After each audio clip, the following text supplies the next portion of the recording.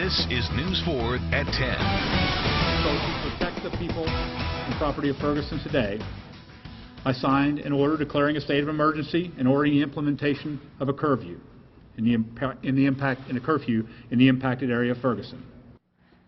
It is 10 p.m., 2 hours before Governor Nixon's newly announced curfew goes into effect. Live pictures here. We've seen growing numbers of demonstrators peaceful. But what happens when the clock strikes midnight? Captain Ron Johnson of the Missouri Highway Patrol promising there will be no tear gas tonight, no police force to remove the protesters. Instead, he says authorities will simply talk to the crowds and talk them into leaving. So what happens if demonstrators just stay? News 4 crews strategically positioned throughout the Ferguson area and beyond tonight. Captain Johnson promising we will have access to document activity throughout the night. But again, that curfew, midnight till 5 a.m. Our Chris Negus embedded with police and protesters tonight. And Chris, is there a plan in place if some refuse to obey the governor's order? Well, Sharon, that's a good question. We're here at Northwind Estates Drive in West Florissant. The road is actually closed, and you can see that's not stopping people from getting into this area. There are people standing in the middle of the streets. There are people chanting the same thing they've been chanting all week: no justice, no peace. And you see all of these cars and all of these people that are still making their way through here, honking their horns. Now, they've been very clear about tonight's curfew, saying that goes into effect at midnight. They do not want people on the streets in this area after midnight, between midnight and 5 a.m. The rain is now falling, but people are not leaving. It's only 10 o'clock. I've talked to a lot of people out here. Some of them say they plan to respect that curfew. Others say they're not going anywhere, and it really just depends on the person that you talk to. Let's listen in to some of the people that I spoke to about an hour and a half ago about what their plans are at midnight. This curfew goes into effect tonight at midnight. Do you plan to respect that curfew? I mean, I have no choice because I ain't trying to be locked up, you know, but yeah, I'm gonna respect it, but I don't condone it. I mean, of course, you know what I mean, I'm gonna go home because I don't want nothing to escalate further. Situations, you know what I mean, stuff get real bad. Antonio French here with me. I mean, this curfew tonight at midnight, what are your thoughts on that? I support it. I think we are in an emergency, in a crisis situation. Having been here last night, I think that you know, there are some guys who are opportunists, and they see this as an opportunity to just cause some trouble. The guys who were causing that trouble last night were not protesters. They were not here all day with us. Some of them just came to start a mess. And I think our community needs a little bit of a rest right now. And I think it's not too much to tell us to go home and come back at 6 a.m. the next day and start over. And just a few minutes ago, I saw Antonio French out here along with Lewis Reed from the city of St. Louis. Both of them say they're going to be out here with other community organizers telling people to go home at midnight. Now, there's people out here. Are you guys going home at midnight? Nah. Why not? Because we out here, man. We just need justice. That's all we looking for. So, you know there's a curfew in effect at midnight tonight. Do you know about that? I'll go to jail.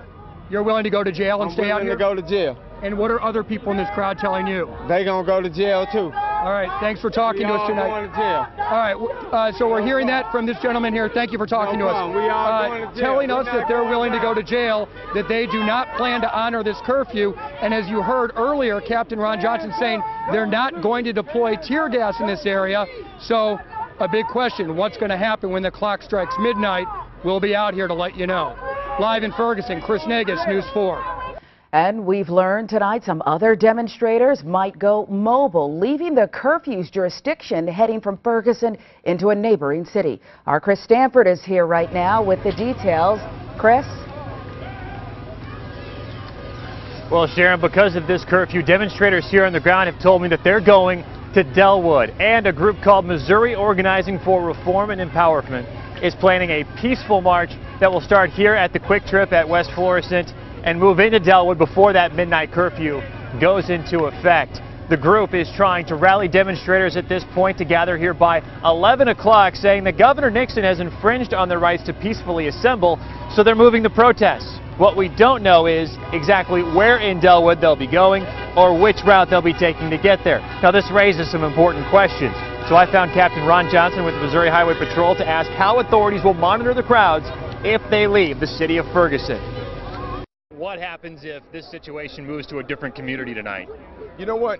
What's troubling me here, we've got people out here doing the right thing, and we need your help. They've asked you to show them in a positive, not keep saying, well, what if they do this, and what you know. I've been told directly that they're going to go to a different community. Okay, well, if somebody told you that, then you've got some information.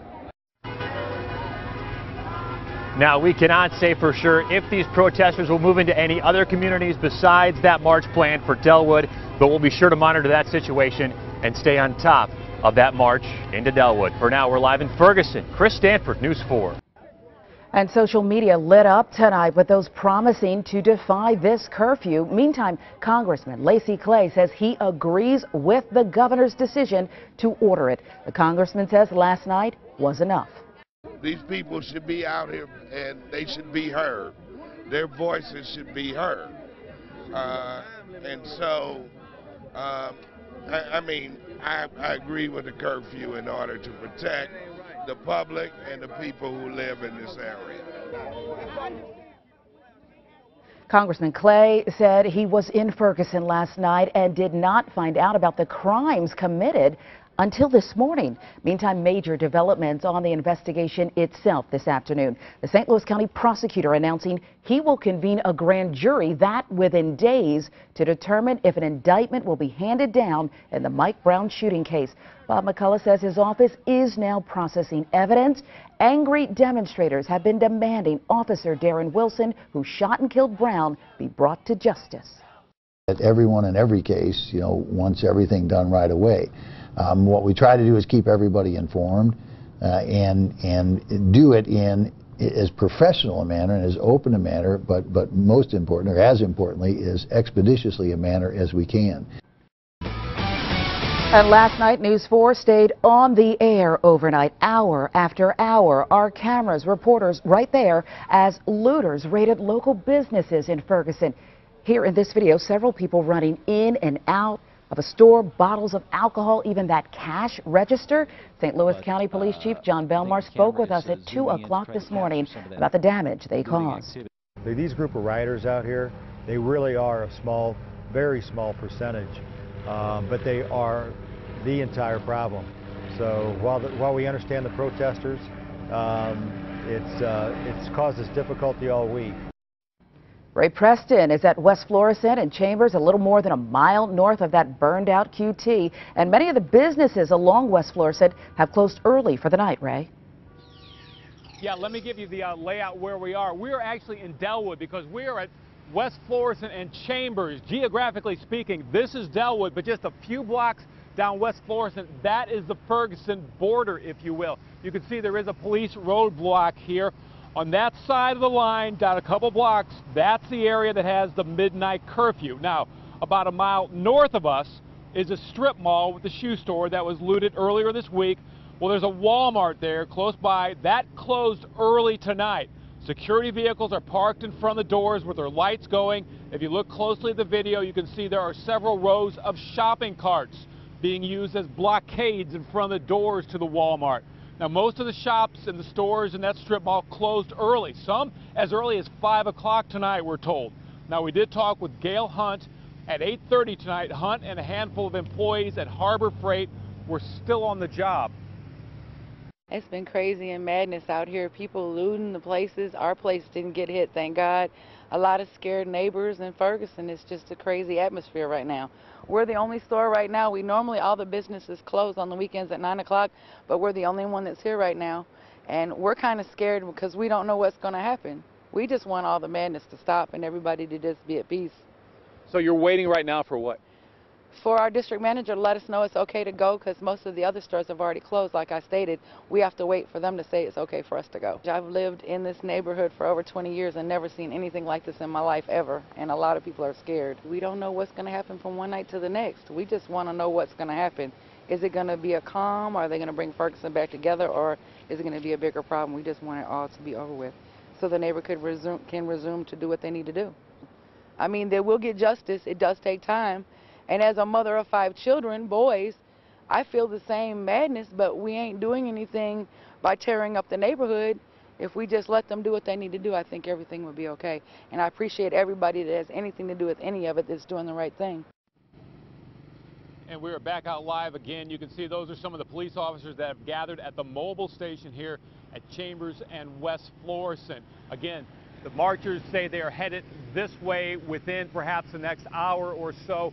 A few moments ago, we had 2 Ferguson police cars come this way heading north on West Florissant up toward 270. We do not know what that was related to, but we do know that we have been seeing more cars coming from down there, the area of the burned out QT, coming this way, horns honking, people out their windows yelling, that sort of thing. So it does seem that we're getting the feel that the demonstration is moving this way. We will be here to find out what happens. Reporting live from Delwood, Ray Preston, News 4. Live picture once again, the Ferguson burned out Quick Trip. That has been the gathering place again for demonstrators promising to defy Governor Nixon's curfew at midnight tonight. Some saying they will go beyond Ferguson's border. Our crew's waiting on the other side. And when we come right back, live to Ferguson once again, demonstrators promising to go beyond the borders to beat Governor Nixon's midnight curfew. Large crowds, no lights, no sirens yet. When we come back, Chris Negus one-on-one with the governor. You're watching Not Normal, and our hope is that we return back to a peaceful normal. But killing our children in this room with the hands.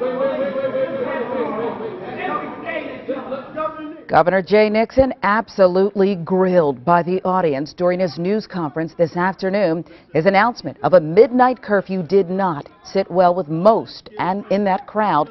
Nixon peppered with dozens of questions going unanswered until our Chris Negus caught up with the governor one-on-one. Chris? Well, Sharon, there was no question that was a tough press conference for the governor, along with Captain Ron Johnson with the Missouri Highway Patrol. A lot of people in the audience at St. Mark's Family Church in Ferguson had a lot of tough questions for the governor. In fact, there were no reporters asking questions. All of them were from residents and from people outside the Ferguson area that attended. There were 2 categories of people that were there. Ones that wanted answers to questions, others that just wanted to yell and scream at the governor, that were upset with what's happening and what's unfolded over the last week.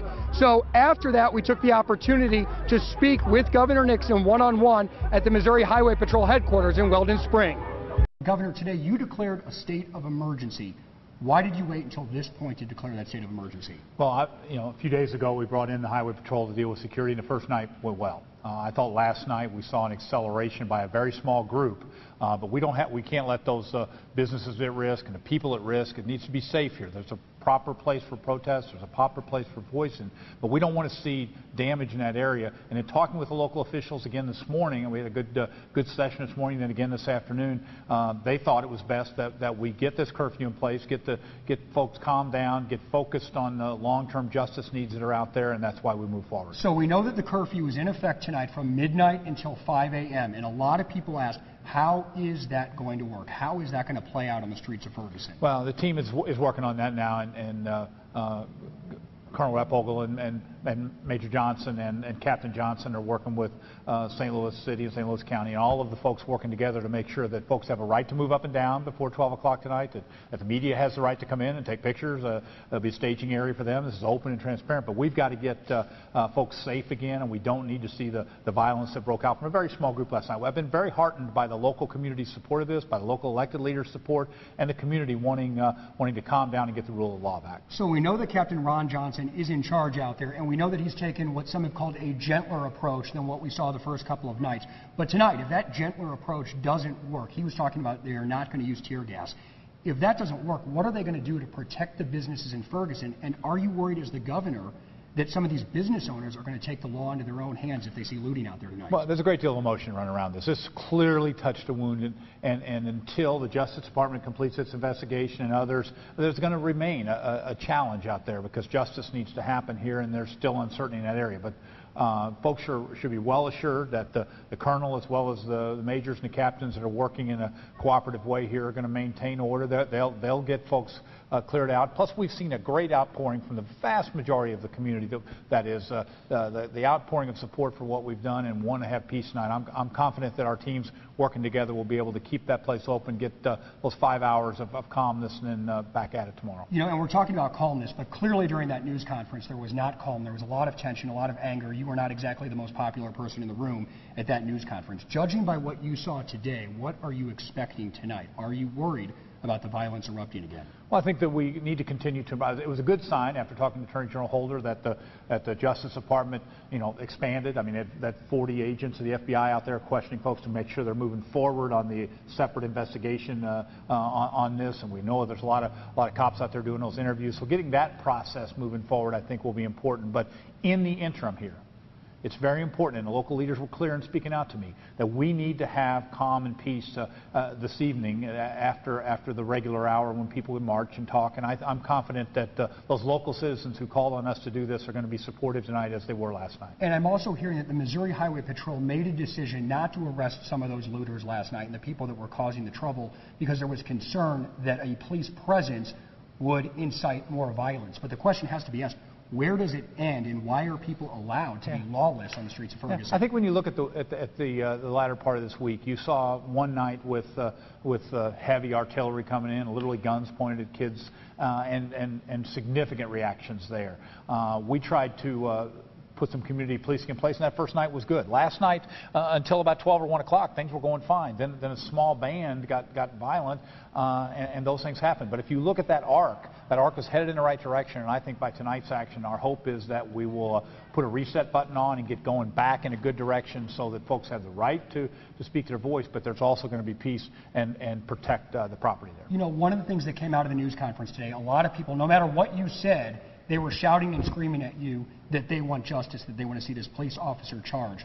How do you respond to those questions? I know there was a lot of screaming in that room, and it was difficult to answer some of those questions, but how do you respond to that? Well, we all want justice. We want, but we want it done in a, we want it done in a transparent, we want it done in a professional, and we want it done as expeditiously as possible. And I think all of those, with the additional resources the FBI has brought in, are going to help that process move forward. And once again, I want to thank Attorney General Holder for upping those resources and helping to move that forward. And I'm confident that folks are going to get to all of the information that's out there. It's a complicated, difficult case that has clearly opened wounds that are a lot older than just this week, not only in this community but across the country. And I think the nation's going to watch us. We need peace tonight, and we need to get justice in the long run. You know, and how do we recover from this? I mean, with the nation and all of the entire country, their eyes are on Ferguson, Missouri. How do we recover from this? In a democracy, when there's energy, it's a good thing. I mean, it means that people care.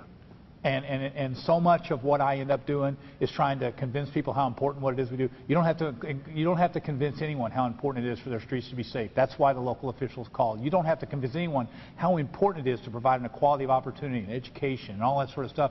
And when things like this happen, it reignites old wounds. But hopefully, in the long run, it'll lead us to not only justice for this case, but also for better understanding in the future. The FBI pushing forward in their investigation into Mike Brown's death. This morning, the Fed sent 40 more agents to St. Louis. They went door to door in the Ferguson area near the Canfield Apartments looking for witnesses who may have seen what happened. They are handing out cards, requesting information. Captain Johnson right there with the Missouri Highway Patrol elaborated on how important those cards are for those who have yet to come forward. If you are a witness or you have any information, you can contact your clergy. You can look on the door of your home and you will see this card. But I would ask that if you fill out this card, make sure you're filling out with some valid information. Let's just not send a lot of cards which invalidates those that have valuable information to make sure that the proper justice is done in this case. Now, if you know something, you're being asked to call the FBI directly. You can find that phone number at KMOV.com. Hundreds of people took part in a walk from the Canfield Apartments where Mike Brown was killed to the governor's press conference at Greater St. Mark Baptist Church in Ferguson. Hands in the air, the protesters peacefully marched, yelling, "Don't shoot." There were demands for peace, and many we talked to said they will not tolerate more aggression from police. As long as no one infiltrates the crowd is peaceful. Well, the importance is we stand up for a cause, and we're going to do the right thing the right way. We're not looting. We're just getting the message out. Make sure you get to the floor. Now, those we spoke to said they do feel safe. They do not want additional police to be brought in to maintain the crowds. News 4 talked with a number of the peaceful protesters outside of St. Mark's Church. That included the Reverend Jesse Jackson Jr., Reverend Jesse Jackson Sr. right there. We asked him what he would say to the looters who are destroying businesses in Ferguson, ignoring the calls for peace. Well, there is no real future in breaking the law, but that applies to police as well. And when you think about a town with 60 to 70% black people and 3 out of 56 black police, that's legal looting. Looting out of jobs. We should have some of those police jobs and fire jobs. The police and fire department should look like the community, share those jobs. Jackson says he plans to stay in town for at least the next few days.